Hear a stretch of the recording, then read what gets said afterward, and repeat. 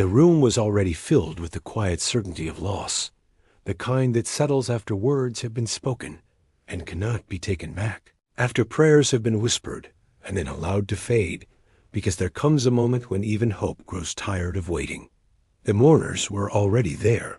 Their voices, low and restrained, carried the sound of finality, of a story that had reached its end before anyone was ready to accept it, while the child lay still, untouched by urgency now, untouched by fear, as if the struggle itself had already released her. Someone had said it gently, almost mercifully. "She is gone." And with those words, the prayer ended. But outside that room, footsteps approached, unhurried and calm, as if unaware that everything inside had already been decided. For Jairus, time had begun to fracture long before the house filled with mourners. Because when a parent watches life slip away from a child, the world does not move forward in a straight line anymore. It breaks into moments of panic, moments of pleading, moments of unbearable waiting, each one heavier than the last.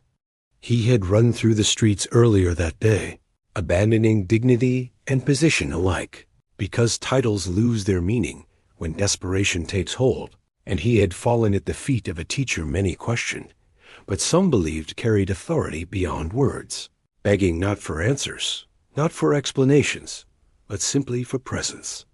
"My daughter is dying." That sentence had carried everything: fear, love, urgency, and a hope already trembling under its own weight.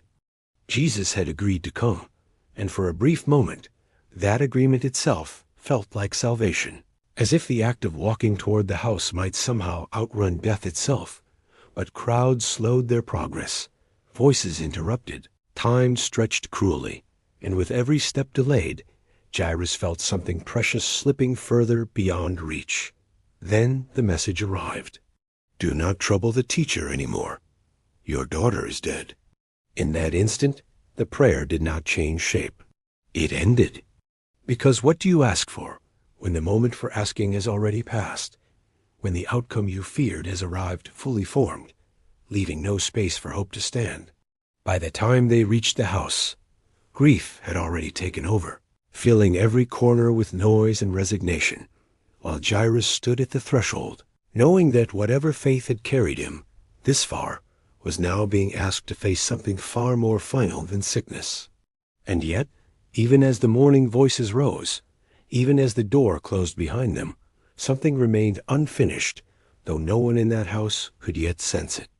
Jairus was not an unknown man in that town, nor was he someone accustomed to kneeling in public or exposing fear so openly, because his role as a synagogue leader had shaped his life around order, structure, and responsibility, qualities that rarely allow space for desperation, until desperation arrives uninvited and takes everything else with it. His daughter was 12 years old, an age balanced delicately between childhood and what comes next, an age still filled with laughter and movement, with plans that had not yet learned the language of endings. And when illness came upon her, it came swiftly, stripping away energy and color, leaving behind a stillness that no parent is ever prepared to witness. At first, there had been hope rooted in reason, in remedies, in the careful attention of those who believed that sickness could be managed if addressed quickly enough. But as hours turned into days and our condition worsened instead of improving, that hope began to shift, loosening its grip on logic and reaching instead for anything that might remain. That was when Jairus had heard about Jesus, not only as a teacher, but as someone whose presence seemed to interrupt the expected order of things, whose words carried authority, whose touch had restored what others had already given up on. Stories spoken quietly, sometimes skeptically, yet persistent enough to reach the ears of a man running out of time. Approaching him had not been easy, not because the path was unclear, but because humility is difficult when fear collides with reputation. And yet fear had won, driving Jairus past hesitation, past pride, past the boundaries he had spent a lifetime respecting, until he found himself kneeling in the dust, pleading for help that no longer felt optional. Jesus had listened. That alone had mattered. He had not dismissed the request, nor questioned the worthiness of the one asking. And when he agreed to come, hope had risen again, fragile but present, like a light carried carefully through a dark corridor, threatened by every delay, every interruption, every passing minute. The walk back to the house felt endless, slowed by crowds and moments that seemed insignificant to everyone except the father counting breaths in his mind. And with each pause, with each diverted step, the distance between hope and despair narrowed. Then came the message, delivered without cruelty, yet heavy enough to silence every expectation. Your daughter has died. With those words, context changed. What had been a race against sickness became a confrontation with finality, and everything Jairus thought he understood about prayer, faith, and timing was suddenly exposed as incomplete. By the time they reached the house, grief had already written its own narrative, filling the space with mourners who believed the story was finished, unaware that the one who had arrived carried a different understanding of endings altogether. By the time they crossed the threshold of the house, everything that could be done by human hands had already been done, and everything that could be said by human voices had already been spoken, leaving behind a space filled not with uncertainty, but with a certainty so heavy that it shaped every sound, every movement, every breath taken inside those walls. The mourners were there, as tradition required, their presence both a comfort and a confirmation, because when grief gathers publicly, it signals that hope has already been released, that the waiting has ended, and that the living have begun the slow work of accepting what cannot be changed. Their voices rose and fell in measured lament, not chaotic, not uncontrolled, but practiced, familiar with loss, offering words that acknowledged the finality of death rather than resisting it. While the child lay still, no longer surrounded by urgency or care, but by resignation, her body prepared not for healing, but for farewell. From every visible perspective, the moment for intervention had passed. No remedy remained. No prayer was being formed. No plea was left unfinished. For Jairus, standing there as both a father and a man of faith, the conflict was unbearable, because belief had carried him this far, had pushed him through the streets, through the crowds, through the delay, only to arrive at a house where belief itself seemed out of place, almost inappropriate, in the presence of such clear finality. Even the presence of Jesus felt, to those watching, like a kindness that had arrived too late, a gesture that belonged to an earlier moment, before the outcome had been sealed, and the mourners did not hide their confusion, questioning softly why he had come at all when the child was already gone. Death, after all, was not a mystery to them. It was familiar. It was accepted. It was irreversible. In their understanding, there was no space left for expectation, only for ritual, for order, for the careful process of letting go. And anything that suggested otherwise felt not hopeful, but disruptive, almost unkind. For Jairus, this was the point where faith reached its most painful edge, because everything he had trusted had led him here, to a room where faith seemed to have nothing left to offer, where prayer had already ended, where even silence felt complete. Human possibility had been exhausted. The story, as everyone in that house understood it, was over. And it was precisely there, at the place where no human expectation remained, that the boundary between what is accepted and what is possible stood exposed, waiting to be crossed. The change did not begin with a gesture meant to be noticed, nor with words spoken to impress those standing nearby, because what unfolded in that room did so against every expectation that had already been settled, almost as if it were deliberately refusing to compete with the certainty that surrounded it. The mourners were still present, their voices lingering in the air, when he spoke, not to the crowd and not to the grief itself, but to the assumption that everything had already ended, stating calmly that the child was not gone in the way they believed, that what appeared final was not, in fact, the last word. Laughter followed, not cruel, but dismissive, a reaction shaped by experience rather than malice, because they had seen death before and knew its signs well, and nothing in that room suggested ambiguity or doubt. Yet he did not argue. He did not raise his voice. He asked them to leave. The room emptied slowly, resistance giving way to curiosity, until only a small circle remained, those closest to the child, those who had walked the longest path of fear and waiting, those whose hearts were already broken enough to withstand disappointment. Inside the stillness that followed, he approached the child without urgency, without hesitation, and took her by the hand, an act so simple that it almost seemed inadequate for the weight of what surrounded it. And yet it was precisely that simplicity that defined the moment. There were no elaborate movements, no visible force, only a quiet command, spoken with authority that did not demand attention, inviting life rather than confronting death. And then, without spectacle, without delay, the stillness that had settled over her body gave way to movement, breath returning where it had been absent, warmth replacing cold, presence filling the space where absence had ruled. She rose, not suddenly, not violently, but naturally, as if waking from a deep and exhausting sleep, responding not to shock or urgency, but to recognition, as though the voice that called her had always belonged to her story. Those present did not speak. There was no language ready for what they were witnessing, because the moment did not fit into categories they understood, and silence once again filled the room, though now it carried an entirely different meaning. What had been final was no longer final. What had been accepted was no longer sufficient. And without announcing itself, heaven had answered a prayer that everyone believed was already over.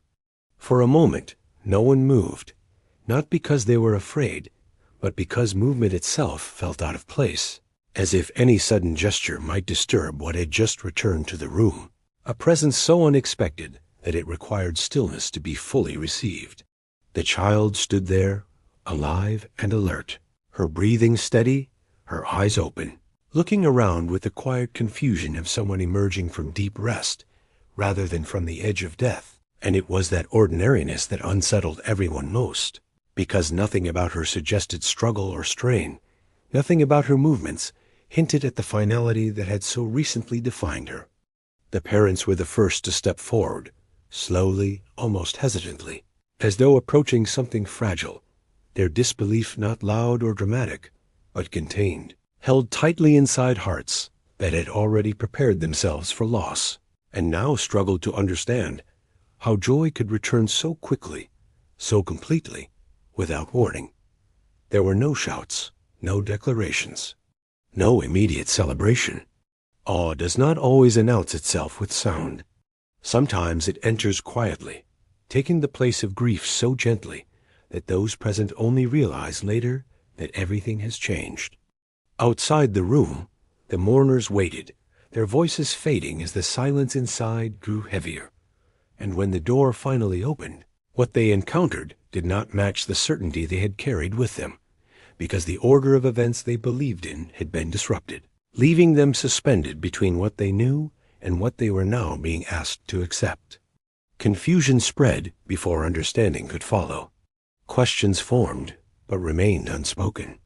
How does one respond when the final word proves incomplete, when the moment of farewell dissolves into continuation, when what was mourned stands alive before them? The instruction to give the child food, simple and practical, grounded the moment in reality, anchoring what had happened in everyday life rather than allowing it to drift into abstraction. A quiet reminder that this was not a vision or a story, but a life restored to its ordinary rhythm. Yet nothing about the ordinary would ever feel the same again. The house that had been filled with lament only moments earlier now held something entirely different. Not celebration, not noise, but a deep and unsettled silence, the kind that follows when people realize they have witnessed something they were never prepared to explain. And in that silence, the immediate aftermath began not as resolution, but as a question that would echo long after the house returned to stillness, long after the child's steps faded into the sounds of daily life, leaving behind a memory that refused to settle neatly into the past. Life resumed its course, but it did so with a subtle difference that could not be undone, Because when a household has crossed the boundary between farewell and return, the ordinary no longer feels entirely ordinary, even when days begin to resemble what they once were. The child grew, as children do, her steps returning to the rhythms of daily life, her laughter reoccupying spaces that had so recently been claimed by grief. And yet for those who had stood in that room, every ordinary moment carried an echo, a quiet awareness that this life had once been counted as finished. That continuation itself was something to be held with care. For Jairus and his family, faith was no longer an abstract inheritance or a public responsibility tied to position and tradition, but a lived experience shaped by vulnerability, by waiting, and by the moment when hope had ended only to return in a form they had not known how to ask for. They spoke less about certainty afterward and more about trust, less about outcomes and more about presence, having learned that faith does not always move in alignment with timing or expectation, and that prayer does not always arrive where it is aimed, sometimes answering questions that were never fully formed. The story spread, as stories like this do, not loudly and not with embellishment, but through quiet conversations and shared memory, carried by those who had witnessed it and by those who recognized, in the telling, something that resonated with their own unanswered questions. Some listened with belief, others with doubt, many with both. The leaders and scholars of the law struggled to categorize what had happened because it did not fit neatly into existing frameworks, resisting explanation without fully rejecting understanding. And in that resistance, it continued to challenge assumptions about what is fixed and what is still open to change. For those present, the impact was not confined to that day alone, because once you have watched finality give way to continuation, you cannot unsee it, and that awareness follows you into moments of fear and waiting that come later in life, altering the way you stand at the edge of uncertainty. It did not remove suffering from their future. It did not promise protection from loss, but it reshaped the way loss itself was understood, introducing a tension between acceptance and expectation that would remain unresolved, and perhaps was never meant to be resolved at all. What lingered was not a lesson to be taught or a proof to be displayed, but a memory held quietly, a reminder that even when the prayer seems finished, even when words have failed and silence has taken over, the story may not be as complete as it appears. There are moments when prayer ends, not because it has been answered, but because the one who prayed no longer knows what words remain. Moments when silence feels more honest than hope, and Jairus stood inside one of those moments when he crossed the threshold of his house and heard grief already speaking in his place. Everything that could be done had already been done. Everything that could be asked had already been asked. And yet, the story did not close where it should have, according to human timing or understanding, because what followed did not respond to effort, urgency, or belief measured by certainty, but to something quieter, something that moved independently of expectation. Perhaps that is what unsettles us most about this moment. Not that a child lived, but that life returned after prayer had already ended, after acceptance had already settled in, after everyone believed the outcome was fixed. There was no correction of timing, no explanation offered, no reassurance given in advance, only the quiet interruption of finality. For those who witnessed it, the question was no longer whether faith works when hope is strong, but what it means when hope has already let go, when waiting feels finished and silence has taken over. Because maybe the deeper truth of that moment was not found in the miracle itself, but in the realization that endings are not always where we think they are, and that what appears finished may still be held open by something beyond awareness. And so the story lingers, not as proof, not as argument, but as an invitation to pause, to consider that even when the prayer feels over, even when words fall away and nothing more seems possible, the answer may arrive quietly, without announcement, altering the meaning of what we believed had already ended. And perhaps that is enough to sit with,